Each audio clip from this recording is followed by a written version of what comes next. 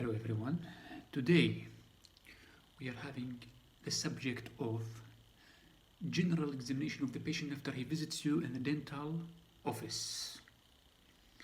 First, you look at the patient's weight, you look at his walking, if he's walking correctly, and you look about his facial expression, his way of speaking. This will determine if he is having some kind of disease.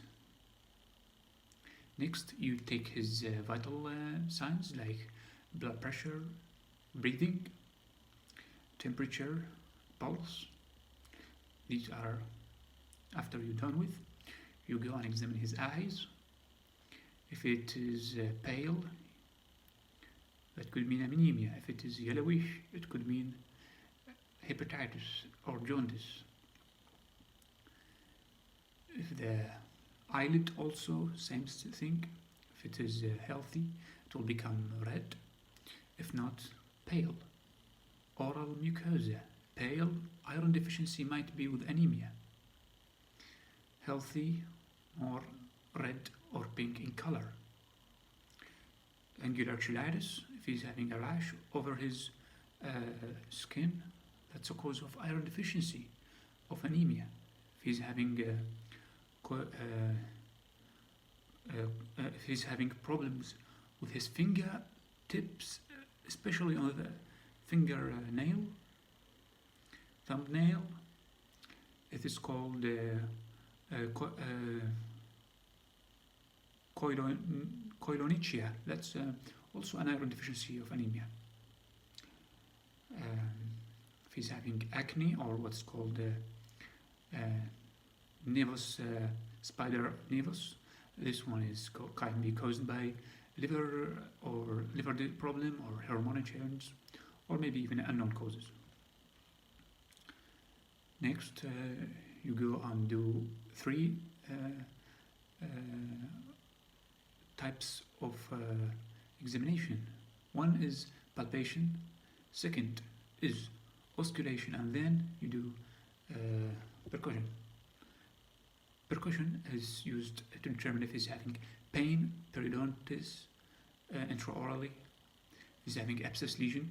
Extraorally used to determine if he's having some kind of problem with his maxillary or frontal sinuses, just by tapping your fingers like this or like this on the sinuses to determine if he's having maxillary or frontal sinus. If you hear a different sound, you determine the disease. Also, palpation can make you know if he's having a problem or the type of organ you are examining, if it's gaseous, filled with fluid, etc. Palpation is just like tapping and touching the patient's lymph nodes and other body organs to determine if these organs are vital or healthy, or they're having some kind of abnormal shapes, irregularities. For example, let's go with the lymph nodes. Lymph nodes, there are four types. It could be malignant lymphadenopathy, called hematologic. This one is rubbery touch, rubbery lymph or rubbery tumors. Next is malignant. This one is not this one is metastasis, malignant cancer, which could be firm, could be tender, and of course could be attached to the underlying organ and spread and at the same time irregular shape. There are some easier types of lymph problems when you do palpation to them. One type, for example, is benign tumor, which is not tender, movable, regular shape, smooth, small, 1 centimeter in diameter. Next, there is some other type of this one a little harder than or a little more reactive. It's called reactive lymph or reactive tumor of lymph node. It happens when you have fever, when you have disease or some kind of infection.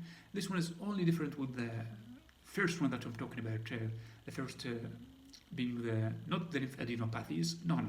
The first one we just mentioned above was the lymph benign tumors.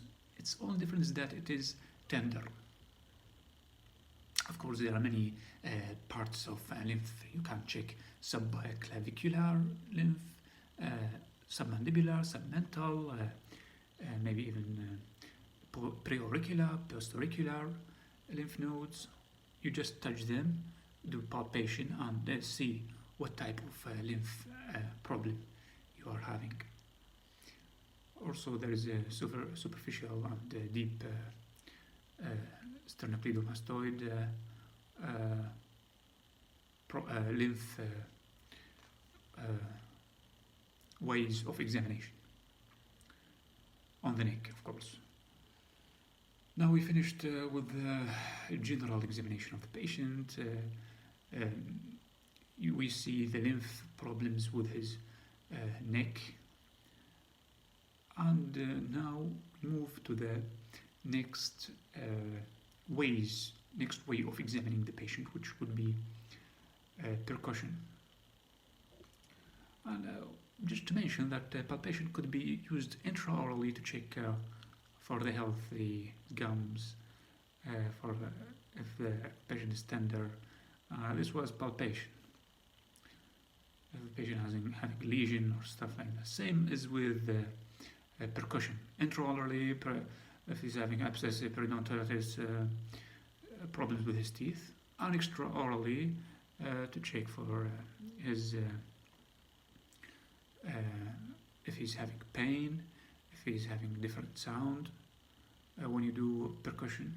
Also, there is the last one is osculation. This osculation is used with stethoscope to examine the patient intraorally and mostly extraorally to determine his TMJ. If it's you hear his TMJ, if he has clicking sounds with his temporomandibular joint.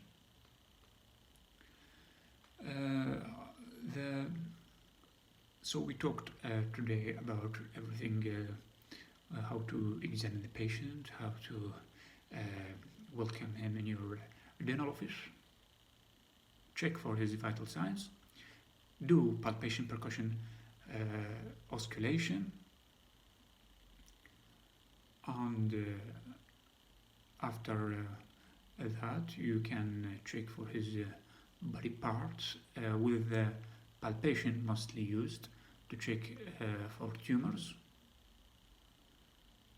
and you see if he's having iron deficiency anemia, some kind of cheilitis, viscera, etc. Thank you for listening to this lecture, and hope to see you in the next educational lecture.